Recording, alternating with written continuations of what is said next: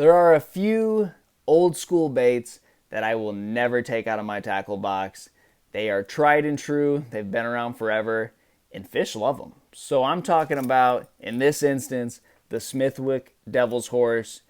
It is springtime. I don't know if you live in the South, you probably have water in the 60s on your lake.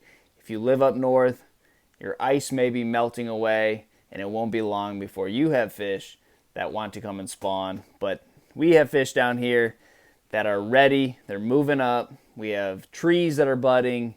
We have pollen all over our windshields. And the lake is just coming alive. Nature in general just seems like it's waking up and getting out of its winter.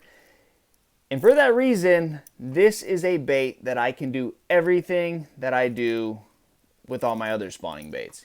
I typically throw a worm, I throw a creature bait when I'm fishing for spawning bass, but this bait gives you a little bit more. So when I think of spawning fish, I'm in an area, I know there's fish in there spawning, and then I want to slow down and bring my bait through those areas. Well, this bait, you can do that. You can dead stick this bait. This bait can be fished extremely slow. You throw it out, pop it a few times, and you just let it sit, and you wait for those fish to come to you. This bait will be right in their face. You can leave it right near their beds.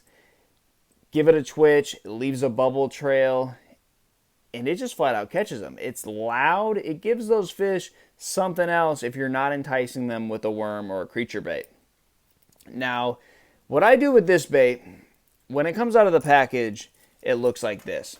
It has these little brackets on there, and they're just screwed into the wood. And what I'll do is I'll take a spinnerbait blade, and I'll loosen up those screws, take those bracket off, and then I can remove that hook.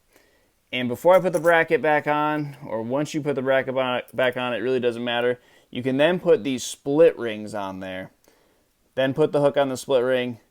That's going to let those hooks hang down a little lower. You get a better hookup, and then those fish don't have nearly as much leverage with that split ring on there as they do without the split ring. It just seems like those fish really have a lot of leverage to pop that hook out of their mouth. So I always add split rings to this bait, but other than that, I throw it on mono. It throws like a dart. The way it's shaped, it just casts really well into the wind. And it's just a bait that I don't think fish see a whole lot anymore. It's kind of goofy looking. It's definitely old school. And if you're a new school fisherman, you need to keep some of these baits in your box, because when a worm won't work or a creature bait won't work, this is an option that you've got to try.